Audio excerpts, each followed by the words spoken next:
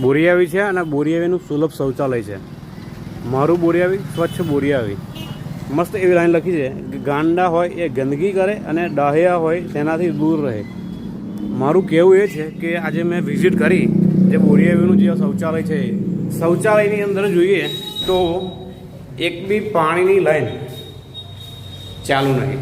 આ રીતે નળ છે, ખાલી આ રીતે વોશ બેસિંગ, હાથ ધોવાના હોય તે પણ પાણીનો કોઈ નળ નહીં. સામે જોઈશું તો પણ કોઈ જાતનો નળ નહીં.